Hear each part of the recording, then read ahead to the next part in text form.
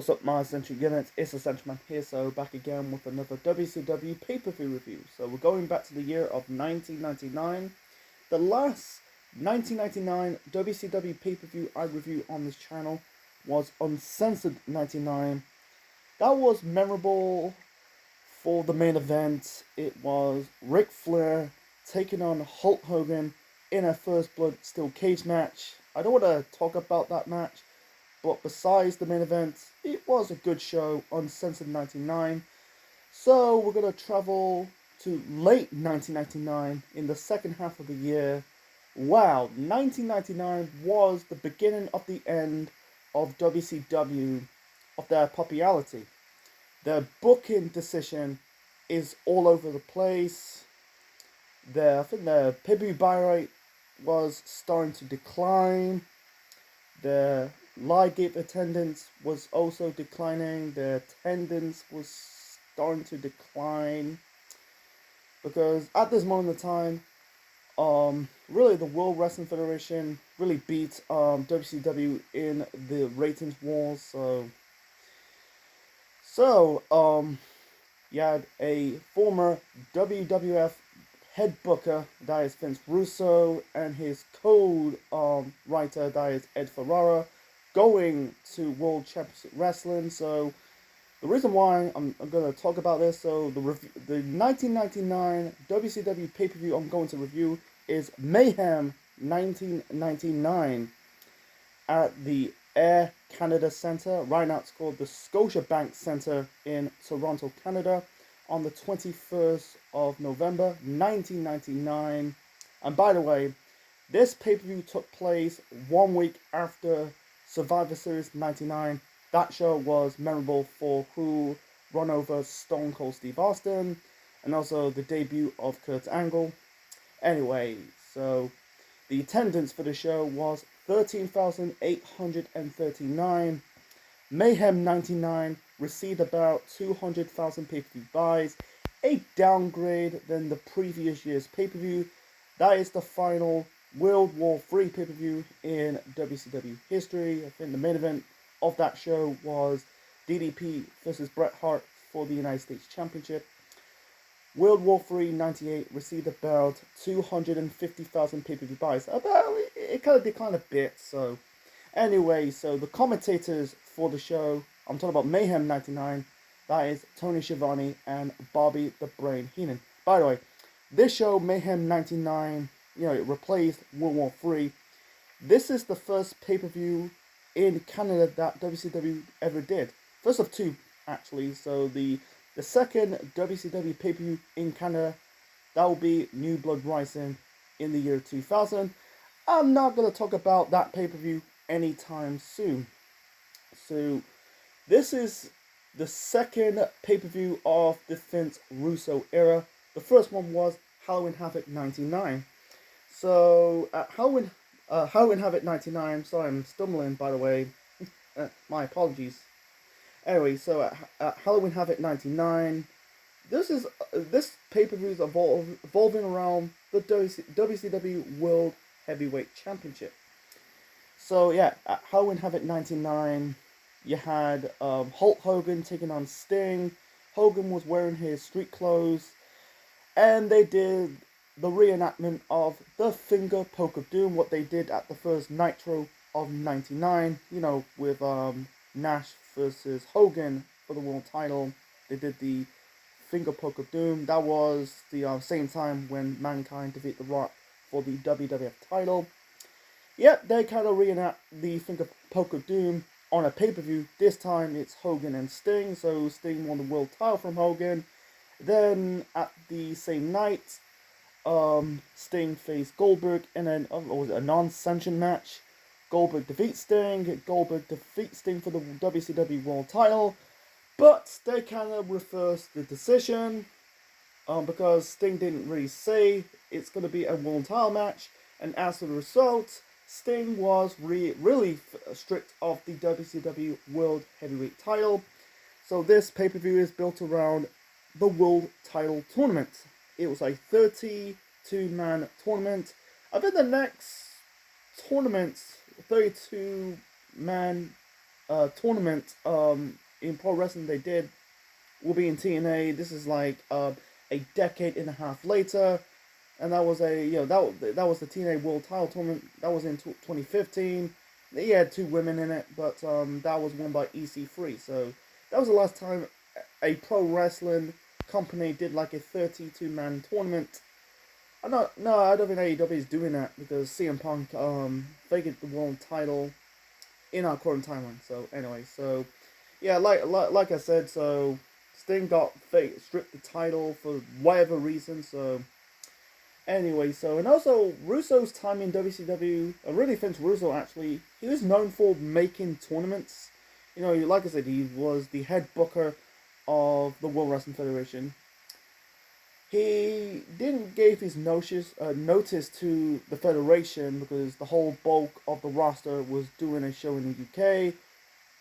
Russo and Ferrara signed with WCW, and the rest is history. So, and like I said, the first pay-per-view of the Vince Russo era in WCW was Halloween Havoc '99. So yeah, they did a 30-man tournament to crown a new WCW World Champion on this show, Mayhem '99. You had two semi-final matches of the tournament.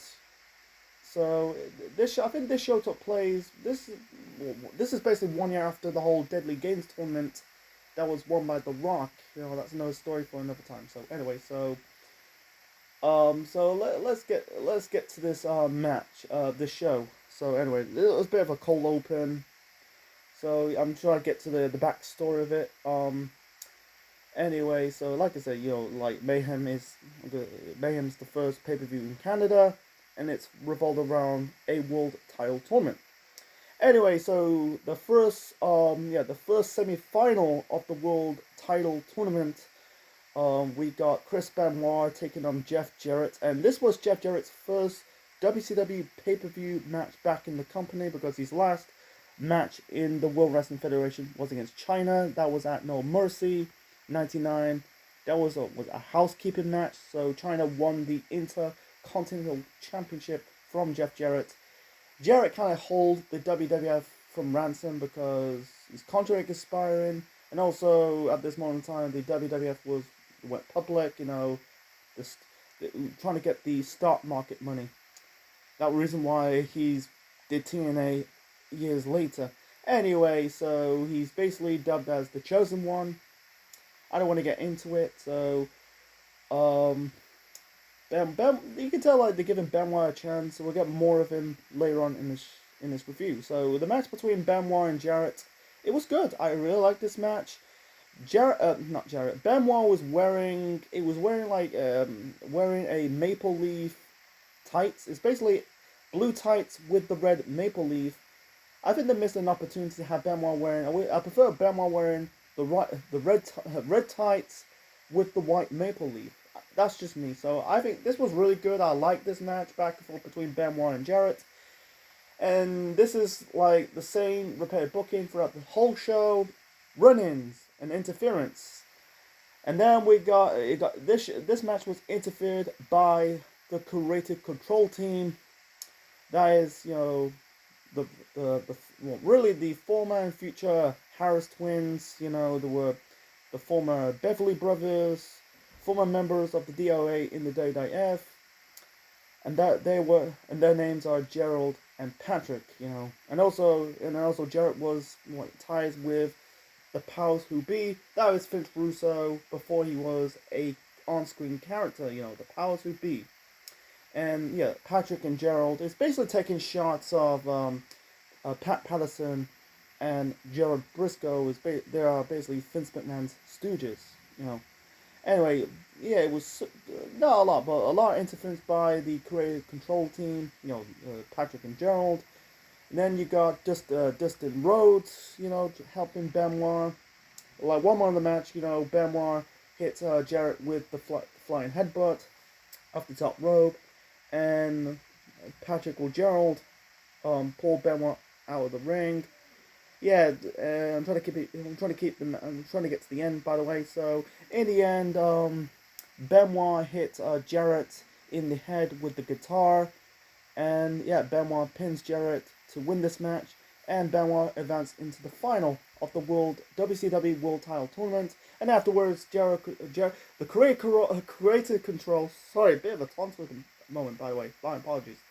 The Creator Control and Jeff Jarrett, being down Benoit, and that was going to be the same booking throughout the whole show. And also later on the show, and then before we get to the next match, they end up being down Disco Inferno.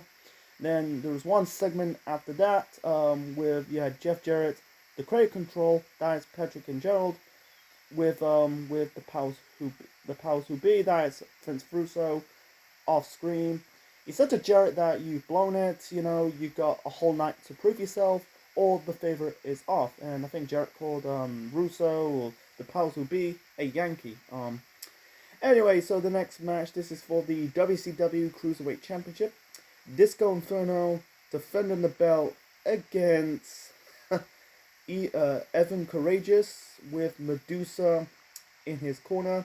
And also in Disco Inferno's corner, you got Tony Marinara.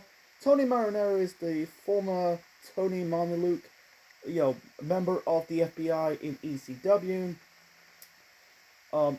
Evan Courageous will be a future member of Free Count. That was a group in a year later in 2000 with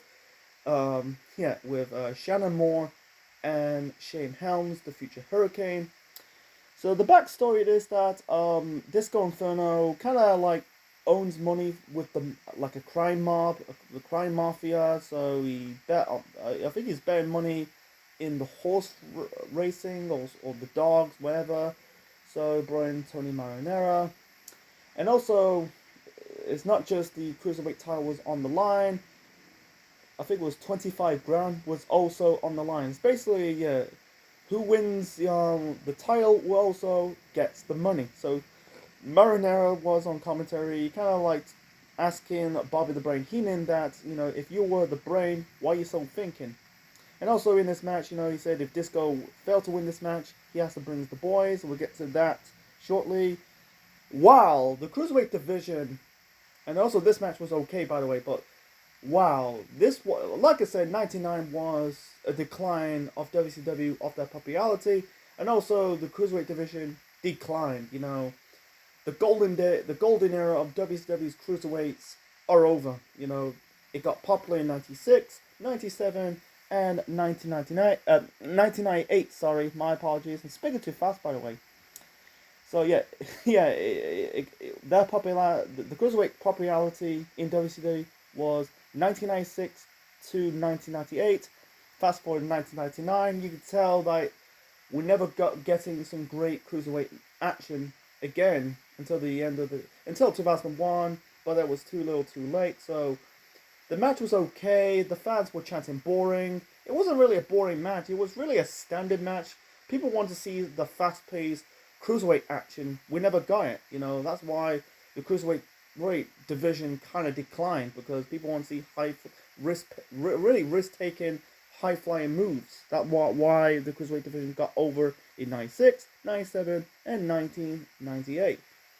So so some more of the match, you had basically Disco trying to flirt with Medusa. Why Medusa was there in 1999 beats me, because the women's division was disbanded, and Medusa never was the women's champion in WCW, because she was in bad terms with the World Wrestling Federation at the time for throwing the women's title in the bin.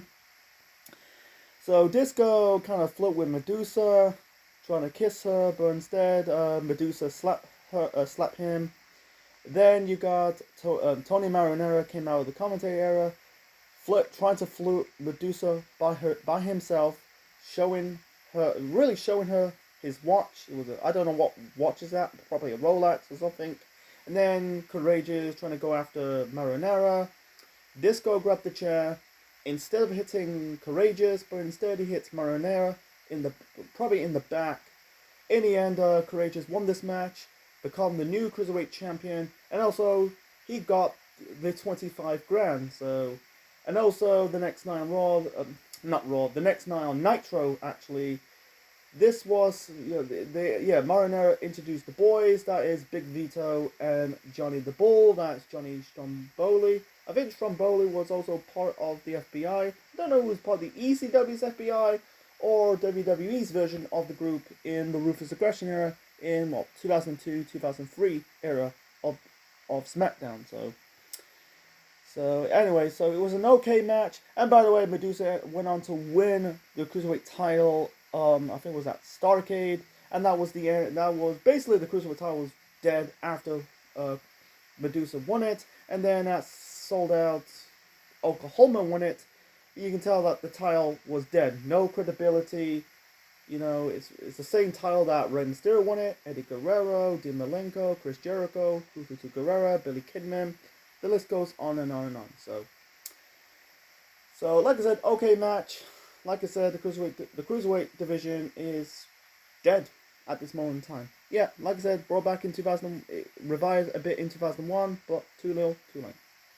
Anyway, so the next match, this is a hardcore match, and this is crowning out the first WCW Hardcore Champion. We got Brian Knobbs with Jimmy Hart in his corner, taking on Screaming Norman Smiley. At this moment in time, you know, Norman was doing the whole, like, trying to be an aspiring hardcore guy. He's wearing, like, sport attires, you know, wearing, like, hockey jerseys and American football jerseys. There's one funny moment in this. This is before the start of this match, you know. You had Mean Gene interviewing Norman. Norman hears some clamp metal and he kind of, like, screamed. That was kind of funny. Anyway, Norman Smiley versus Brian Knobbs for the first Hardcore Champion. Okay match, similar to... I think it's a bit... Actually, the Hardcore title match was a bit better than the Cruiserweight title match from before. But that's not saying too much. It was okay. Some moment in the match was a bit boring. It was just, I understand. It was kind of it was just a brawl, a fun brawl. Like I said, okay match. It wasn't terrible, but at the same time wasn't great. I'm trying to say. They were fighting backstage. I think one of the match, I think it was Norman or Brian, kind of throw each other onto a PlayStation sign. They were fighting in was it it wasn't a kitchen. I think it was like a food arena or food place, a food warehouse or some parts in the arena. Catering. I'm trying to say they're fighting in some catering area. Like they're fighting in like a bunch of bread and basically Jimmy Hart's throwing pasta towards Norman Smiley. And let's get to the short part. So in the end, Brian Knobbs and Norman Smiley, they were fighting in an escalator or a lift, and Norman Smiley pins Brian Knobbs to win this match and become the new and first WCW Hardcore Champion. And afterwards, Knobbs beat Norman to get his heat back. Yeah, this was the beginning of the Hardcore Championship in WCW. I get it. I think people complain about the WCW Hardcore Championship. It's basically trying to knock off ECW's world title. Understand, the one nitpick about Russo's time in WCW, he's trying to do his version to the WWF, this time in WCW. It completely backfired for him. You know, people just want to see the alternative to the World Wrestling Federation. You know, because he does the whole Crash TV Attitude Era in WCW. I don't want to get into it. I'm trying to focus on the show, by the way. So, and also get back to the Strombolis, you know, Big Video and Johnny the Bull. I think they went on to become Hardcore Champions themselves and Tag Team Champions themselves. So, bit of a side note. I forgot to mention it before I review the Hardcore title match. So that's match number 4. Match number 5. This is a 6-person. This is a 6-person elimination tag team match. We got the Filthy Animals taking on the Revolution. Represent the Filthy Animals. That is Eddie Guerrero, Billy Kidman, and Tori Wilson. And represent the Revolution group. We'll get to that group shortly.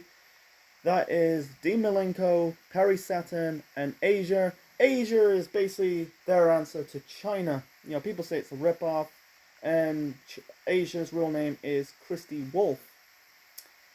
She had a decent career in bodybuilding in the NPC. She never I don't think she turned pro in the IFBB. So the Revolution group that was formed by Shane Douglas. Basically, they kind of I looked it up on their Wikipedia page for the WCW's version of Revolution. Yeah, and the next group was called the Revolution. Will be TNA in 2014, 2015. Anyway, so Shane Douglas Revolution was basically because Douglas is friends with Malenko and Saturn because they were in ECW.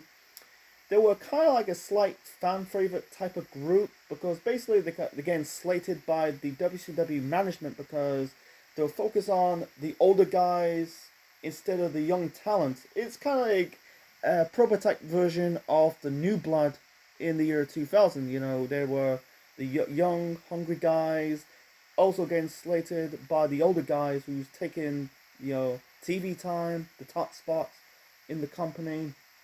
And then when Russo come along, they become a anti-American group. So the build up to this, they did a video package, for the WCW World Title tournament, this match, and other matches on this show. So basically, the Revolution kidnapped Tori Wilson. Then on Nitro, I think Eddie Guerrero defeats Dean Malenko. This is a key on the pole match with Tori Wilson in the cage. Eddie won this match, and he saved Tori Wilson. And then in the process, the Revolution guys injured Rey Mysterio's knee. You had Shane Douglas on commentary. Conan was kind of like the manager who's not wrestling in this match on the show. Douglas was basically on commentary because he injured his arm. The match was good. I really like this match, but here's the one nitpick about this match. So, Tori Wilson is not a worker. She's not really a trained wrestler. She did wrestle in her final years in her first run in the WWE. This was a decade later. I don't want to talk about it, but I think in her time in WCW, she was kind of like a manager slash personality. But she had no business to be in this match. It's not really her fault. It's, behind the scenes. I don't want to get into it. So the match was good. I really liked this match. Asia was good. Asia was gone. She was retired a year later, or I think she retired after I think she was a year later. Anyway, so she was good. She was good in the ring. She was decent. I don't really compare her to China. I think China was a better worker than Asia. And the difference is China was a bit taller. Asia was a bit shorter. I get it. China, Asia, because China's in Asia. With comparing Christy Wolf and Johnny Lauer, I'm not too sure if Johnny Lauer competes in bodybuilding. I know, Christy Wolf compete in bodybuilding. I looked up on her Wikipedia page. She did compete in bodybuilding. She won some of really the smaller competitions. It's not the IFBB. I'm not disking her. I'm just saying. Anyway, so the first person got eliminated in this match was Billy Kidman. Basically had this moment when Tori Wilson injured her leg, her ankle, and then Eddie checking up on her, and Eddie accidentally eliminated Kidman. He got eliminated by Dean Malenko. Eddie and Malenko, not Malenko. Eddie and Kidman kind of argued. By the way, Eddie, Malenko, Saturn, there are future members of the Radicals in the World Wrestling Federation a year later. Benoit was part of the Revolution group, but I think he left the group. That's a bit of a side note. It's very funny that in that group, Benoit, Malenko, Saturn will be also perform the Radicals in the World Wrestling Federation in the year 2000. Bit of a trivia. So, anyway, let's get back to this match. I'm kind of getting off the topic, by the way. So, the second person got eliminated was, I think it was Dean Malenko. He got eliminated by Eddie Guerrero. I think it was a rolled up. So, it's 2-2. Saturn and Asia, and Eddie and Tori. And Eddie also eliminated Asia. I think it was a frog splash. Then Saturn eliminate Eddie with the Rings of Saturn, so Eddie tapped out. So the final two is Perry Saturn and Tori Wilson. Like I said, Tori has no business. I'm talking about Tori Wilson, by the way, not Tori as Terry Power, who was part of DX, Sable's fangirl in the World Wrestling Federation, by the way. She had no business to be here. She did okay, but she is totally exposed. In the end, Shane got involved. I'm talking about Shane Douglas, not Shane McMahon. Shane trying to get involved. Saturn low blow Tori Wilson without the referee noticing. How the fuck Saturn low blow Tori Wilson because she's a woman. She doesn't have any balls. I don't get it. So Saturn won this match, and yeah, Revolution won this match. I don't know if they continue. I think the rivalry kind of ended at this moment in time because it's funny that the Revolution end up disbanded after Benoit, Guerrero, Malenko, Saturn left the company to go to the World Wrestling Federation. Yeah, I don't know. The Filthy Animals still around. Like I said, Eddie was part of the Filthy Animals, left the company. Yeah, the survive. I think like the original members of Rey Mysterio and Conan.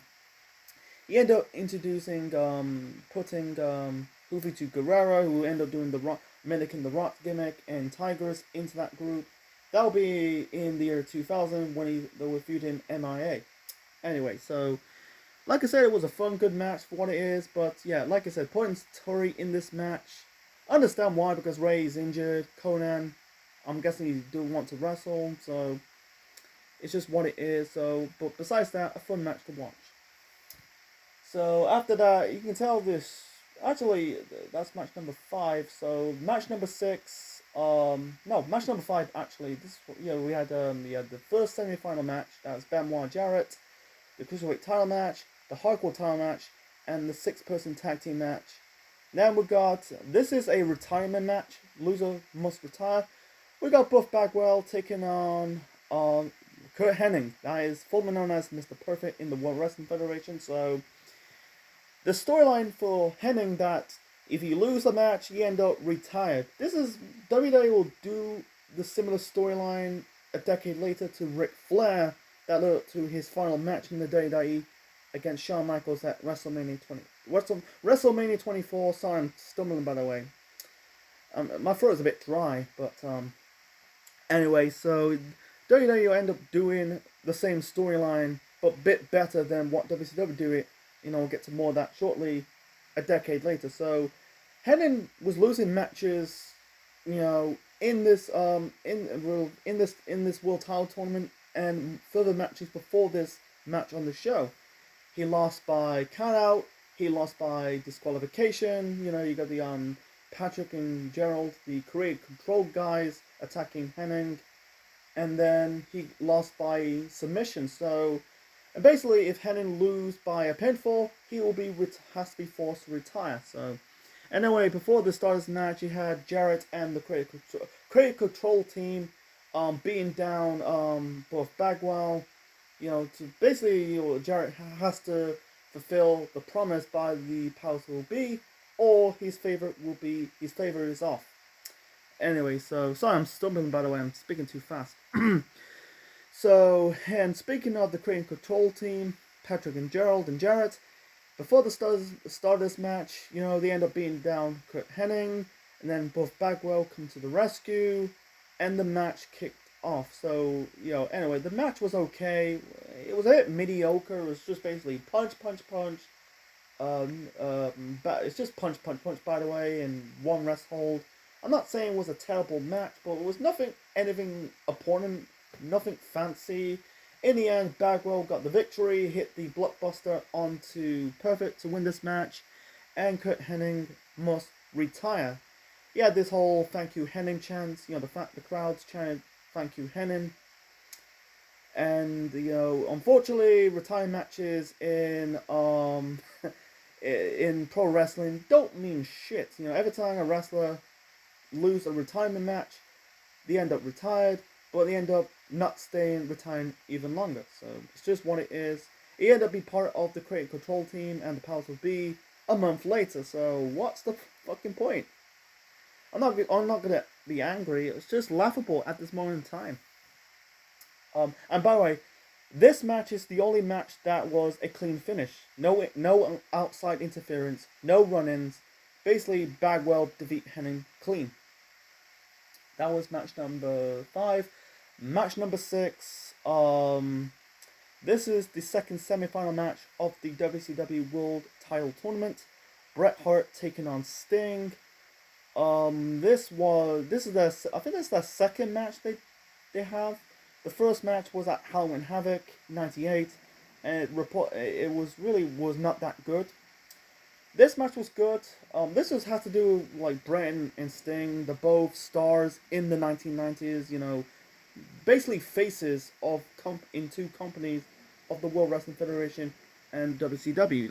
Like Bret is is Mr. WWF, Sting is Mr. WCW. Yeah, you know because and also there were multiple time world champions in that decade. The match was good. But once again, bogged down with bullshit. I'm gonna say bogged down with bullshit. So another outside really interference and run-ins. Basically had, like, they're kind of pushing. The match was starting to be good. One more of the match, Sting was going for the score. He was going for the Stinger splash onto Bret onto the announce table, but Bret got out of the way, and then there was a referee bump. And then we got Lex Luger at this moment in time. He's not Lex Luger. He is the total package with Miss Elizabeth. Yeah, outside interference, folks. So, referee's down. Luger hits Sting with the bat. And then Bret snatched the bat from Luger. And then Bret hits Luger with the bat, locking the sharpshooter. And and then the referee calls for the bell. And they say that Sting got disqualified. But instead of, like, Luger hitting Bret with the bat, Luger hits Sting with a bat. So Bret totally against the whole idea. He doesn't win this match that kind of way. So the match restarted. The match was good. Like I said, still good. In the end, I'm guessing, like, Sting was trying to lock his move, his submission hold. That is the Scorpion Deathlock onto Bret. Bret was banging Sting's injured leg, and then Bret hit a lock Sting with the sharpshooter, and Sting tap out. Bret advanced into the final of the World Title Tournament. He will face Benoit in the main event at the end of the show, and then afterwards, Bret and Sting kind of showed their respect, and that was it. So, like I said, I'm going to say bogged down to bullshit. It's just what it is. Bogged down with silly bullshit. So that was match number 6. Match number 7. This is a dog collar match. We got Vampiro with Jerry Only. I think that's his name. Jerry Only. That's a stupid name. Taking on Berlin with the Wall in his corner. Who is Berlin? That is Alex Wright, the former Des Wonder Kid. So they kind of repackaged him. He was kind of like, I'm guessing he's listened to some Rammstein CD. He dyed his hair. He ditched the blonde hair. He had a mohawk. He dyed it dark raven hair, black. He growed a mustache. And instead of speaking in English, he's refused to speak English, just speaking his native tongue of German.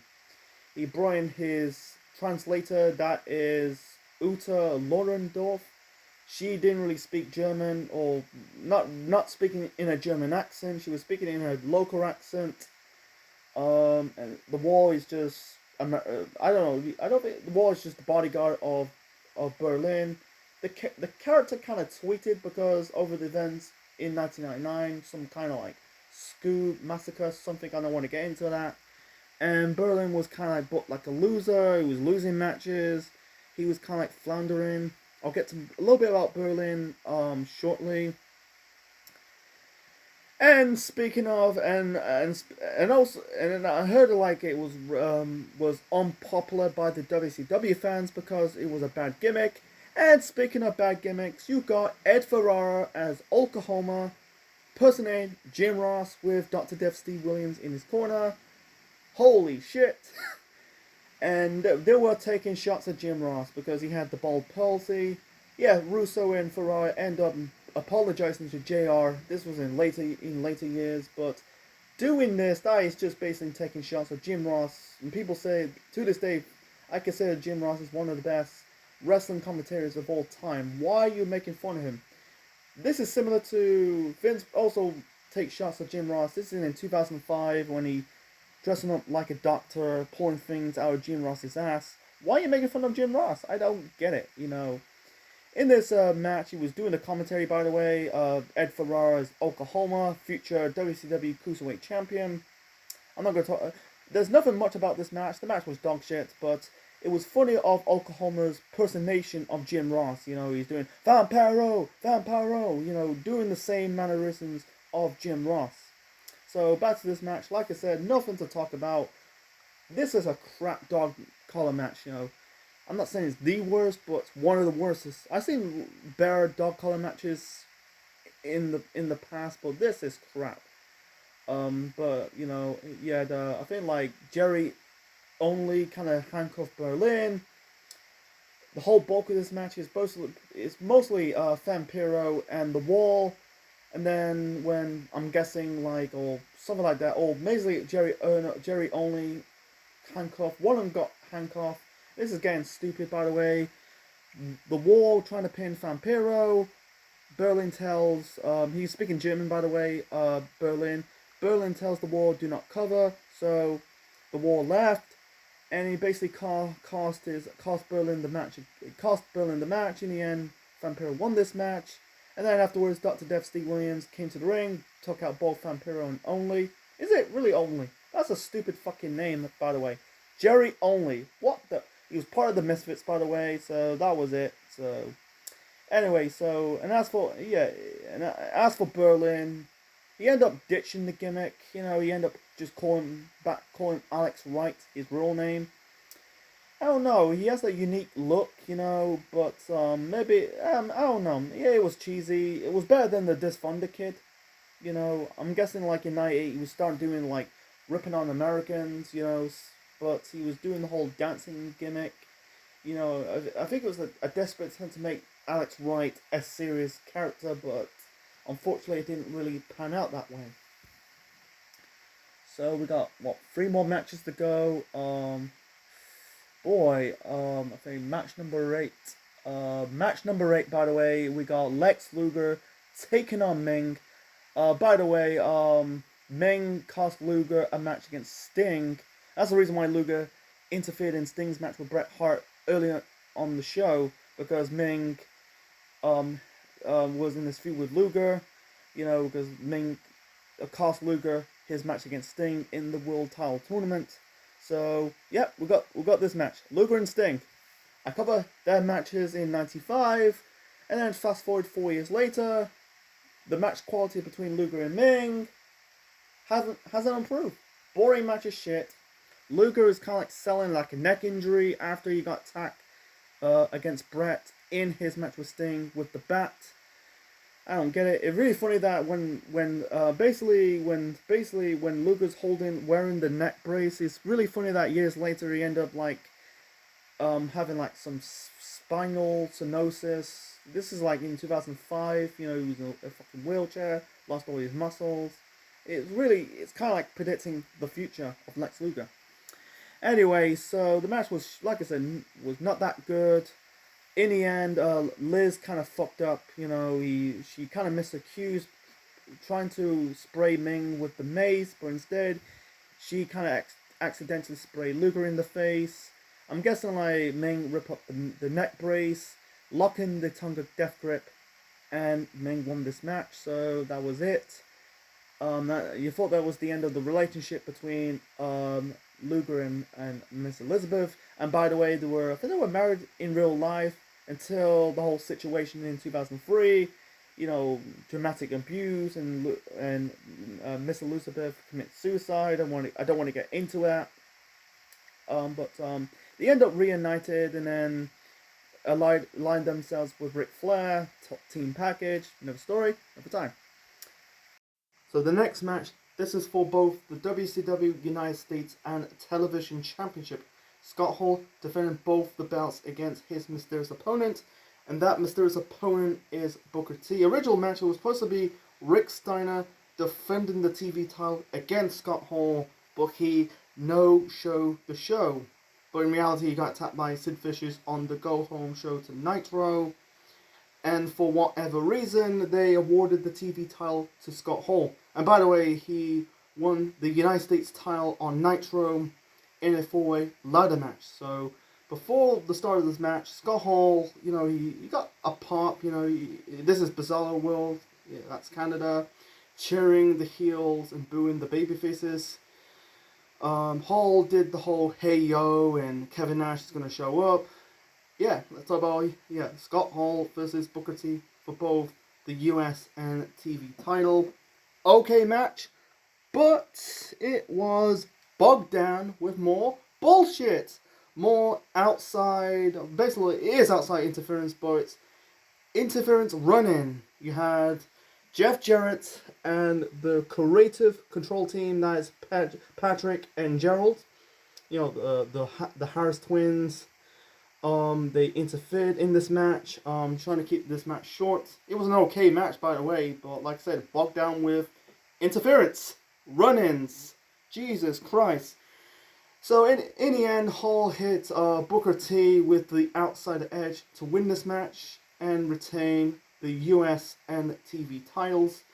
And then afterwards, the creative control team and Jarrett.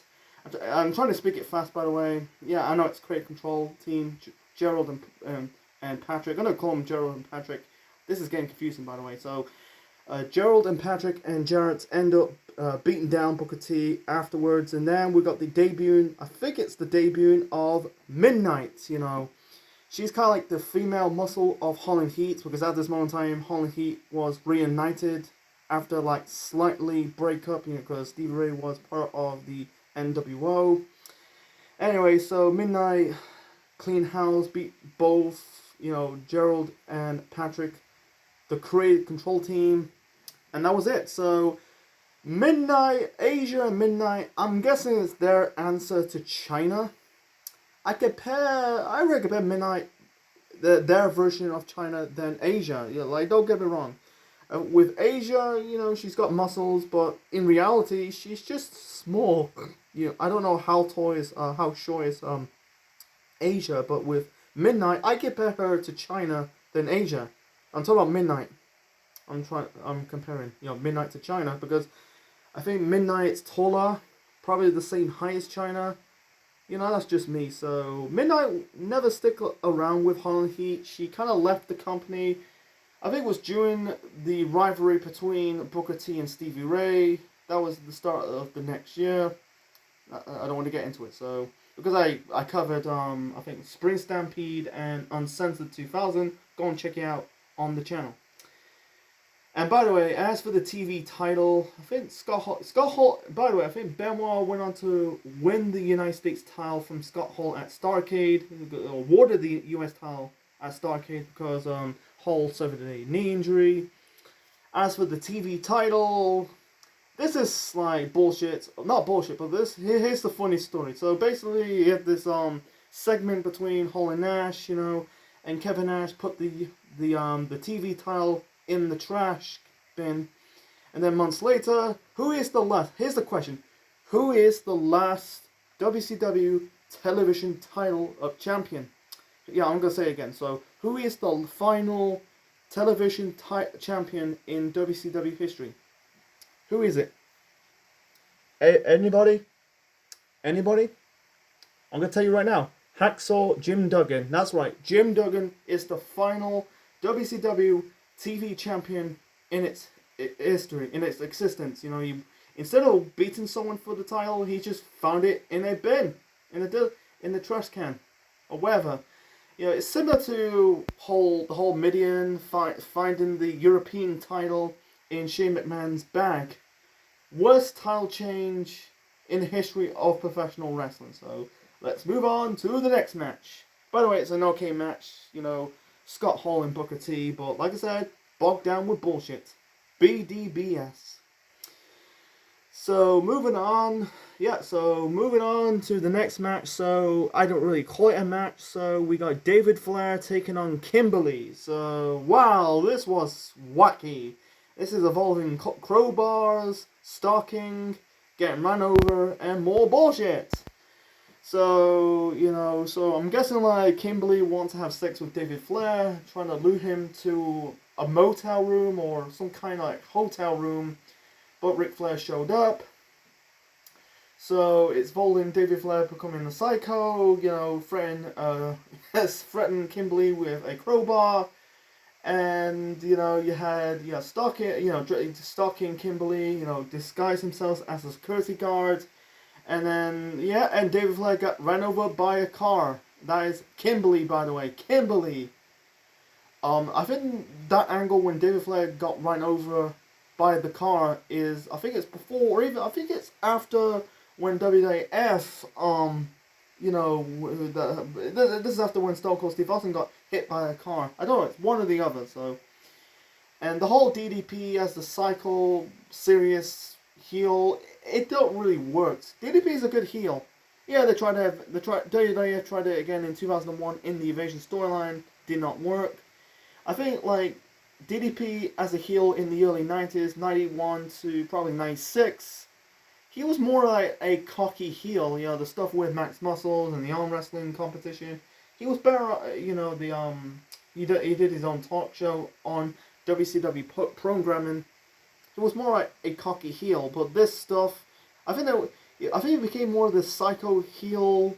This was after winning his first world title at Spring Stampede early that year, so. Anyway, so, like I said, I do not really call it a match. Not really a match. So, and like I said in the 6-person tag team match early in this review, you know, the Filthy Animals Revolution match, I said Tori Wilson is not a trained wrestler. This is similar to Kimberly. Kimberly, mostly in Kimberly's run in WCW, she was mostly a manager / personality. I'm not too sure she was part of the Nitro Girl. I don't know if she was a Nitro Girl. I'm not too sure. So, anyway, so she was mostly a personality. She's not really trained in the ring. Why she's there? Anyway, so she trying to low blow David Flair. Flair was wearing a cup, not actually a drinking cup. You drink something out of a cup. No, it's these protection cups you wear if you play like American football. You don't get hit in the private parts. So, Kimberly take off the cup from David Flair's trousers and low blowed him. And then, like I said, more bullshit, more interference. And this is not a match, by the way. You had, I think at the time, DDP was forming this faction called the Jersey Triad. That's him, Chris Kanyon, and Bam Bam Bigelow. It's funny with Canyon and DDP, the following year when they feuded in the year 2000, you had Canyon doing the whole positively Canyon storyline, you know, him ripping off DDP's gimmick, you know, that's, it's funny that, like, 1999, they're in a faction, and then the following year they end up, like, feuding. Anyway, so, like, DDP got involved, I think there was the Canyon, I think there was a crowbar got involved, and Canyon got involved. DDP hit David Flair with the Diamond Cutter. Then you got Arn Anderson, the enforcer of the Four Horsemen, because at this moment in time, the Four Horsemen was no more. It was disbanded the previous year in 1998. And in the nutshell, David Flair attacks Arn Anderson with the crowbar. It's funny, like David Flair ended up teaming up with someone called Crowbar. And that's in WCW 2000, the following year with Daphne. Another story, another time. But yeah, it was just, what the hell's going on? It was just an angle. And by the way, DDP will face David Flair at Starrcade the following month. So, and by the way, I've got to mention in the sign out, DDP defeat Ric Flair. I think it was a strap match at Halloween Havoc. So moving on to the next match. So that is match 11. Yeah, match 11. So this is an I Quit match. We got Goldberg taking on Sid Vicious. Yep, I Quit match. So at Halloween Havoc the previous month, Goldberg defeated Sid Vicious for the United States title. This was a referee stoppage. And this is a rip-off version. This is a rip-off. I'll get to why it's a rip-off. So, you know, like Sid really claims that Goldberg said "I quit" in this match. So, in the video package, you know, they had it was physical. It was like both like they had the storyline they had this. I think it was a restraining order that Goldberg cannot touch Sid. Anyway, so in that, like I said, Sid claimed that Goldberg said "I quit" in the match at Halloween Havoc, you know, and they kind of splice in that video package, building up to the "I quit" match on the show. They splice Sid's voice saying "I quit." It's like "I quit, I quit." They ripped off the whole Rock and Mankind shit at the Royal Rumble early of the year. So, and also in 2011, similar to John Cena and The Miz, in the I Quit match at Over the Limit. Don't want to go there. Another story for another time. The I Quit match. Is it good? Is it bad? It was bad. It was shit. It was shit. Wow. Holy fuck. Holy fucking crap. This is shit. So basically, this is the shortest I Quit match in the history of professional wrestling. Like I said, I can't say it's the worst I Quit match in professional wrestling history. It's just like, it's funny, like, go back to the previous match. I'm laughing my ass off in that David Flair Kimberly match. It's so stupidity. This shit is planting the seeds of WCW 2000. So, anyway, get back to this match. So, in the end, Goldberg choked out Sid, and that was it. That was the end of the rivalry, folks. I think they end up, I'm not too sure no. That was in the main event. So that was the end of the Sid and Goldberg feud. It was stupid. Both guys should never be fighting each other in the ring. Goldberg and basically Sid, the better off facing guys can actually go in the ring. You know, more agility, more fast pace. They're both just basically power. You know, both got like moves of doom. You know, Goldberg does the spear and the jackhammer.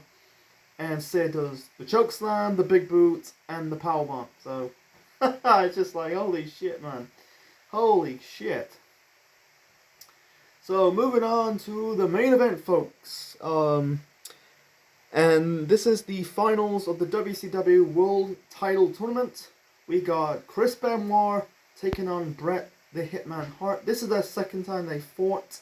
The first one they fought, I think it was on a Nitro or a Thunder. It was basically a tribute to Owen Hart, because at this moment, because early that year, Owen Hart died at Over the Edge pay-per-view in May. So, you know, Bret quit the company. You know, I'm talking about WCW. Came back when Owen passed away. And I don't know about the first Benoit Hart match at Nitro or Thunder. I don't know, but this match between, Benoit and Bret, it was a good match, but once again, bogged down with bullshit, a lot of interference. So, I've got to mention this in the 6-person tag team match, Filthy Animals versus The Revolution. You had basically Malenko confronting a guy who was wearing he's got the Canadian flag face paint. He was holding a Canadian flag and some kind of hockey, or I think it was a hockey jersey shirt.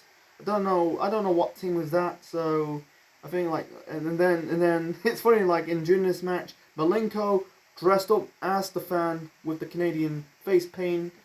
I don't know, it's the Toronto Maple Leafs. I don't know, I don't really follow hockey. I don't know what sport team in Canada was that. So he wears the jersey, wears the face paint, hits Benoit with the flag during this match. He wiped his face onto the Canadian flag. I don't know, he sneezed on it, he's basically bashing Canadians. Because in reality, Malenko is not from Canada. I thought he was from Canada, but no, he's from America, by the way. I thought he was in Canada, but no, he's from the USA. like I said, bogged down with bullshit and interference we got. So we got instead of the creative control team, Gerald and Patrick and Jeff Jarrett. No, we got Hall and Nash interfering in this match, and then we had attacking Benoit, no disqualifications. You can't really do why are you doing a dirty finish, in the main event. People want to see someone crowned as the new world champion. Then Goldberg came to the rescue, and I'll get to the aftermath shortly.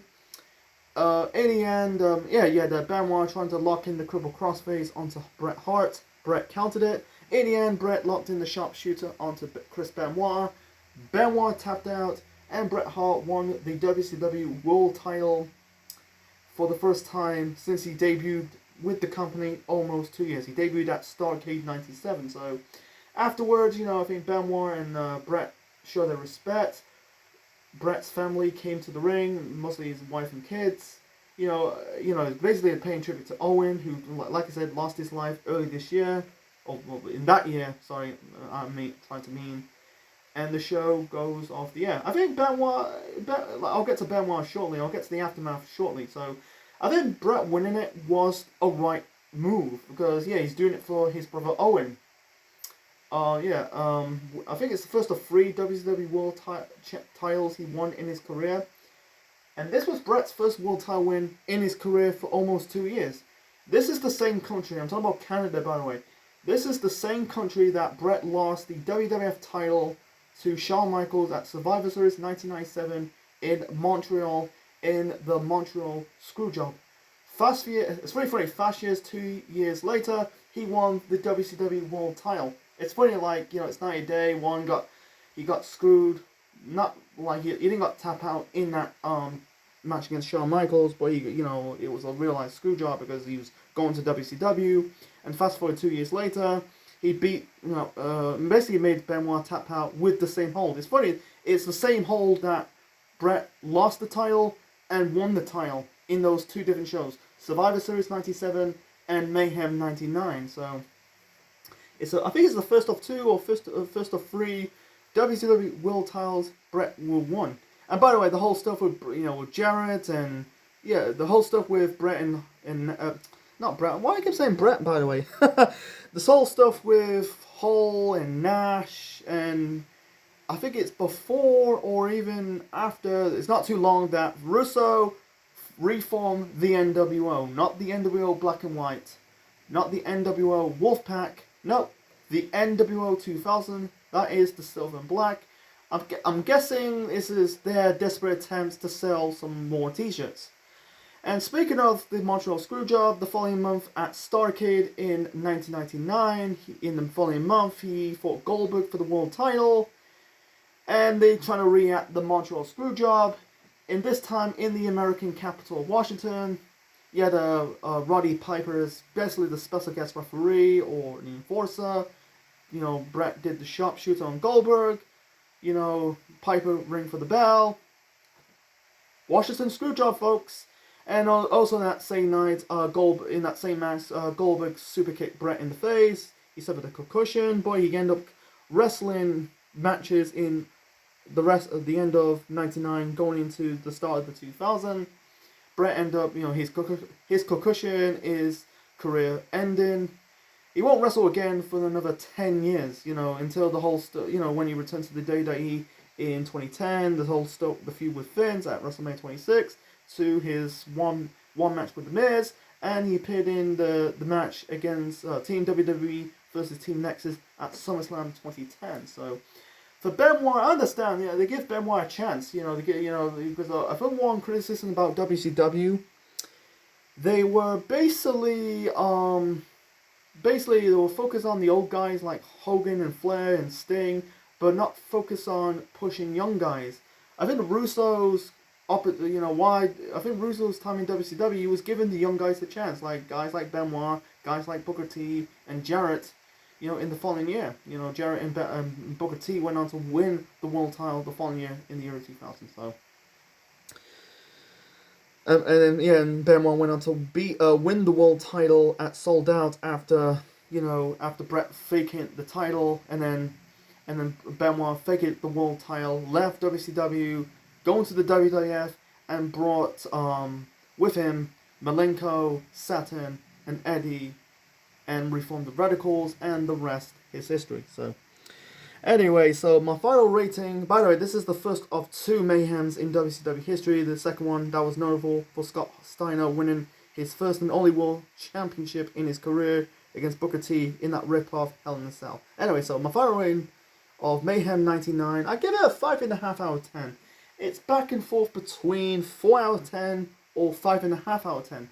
Is it a good show? No.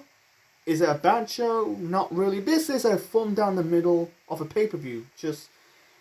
It's just a wild show, to be honest. You know, you had some bad, like you had the dog collar match, you had Ming versus Luger, Goldberg versus Sid in the I Quit match, David Flair versus Kimberly, whatever that fucking that is mostly an angle. And also, yeah, some of these matches was bogged down with outside running, just basically run-ins that really hurt this match. And also, it burned out the Canadian crowds at the Air Canadian Centre.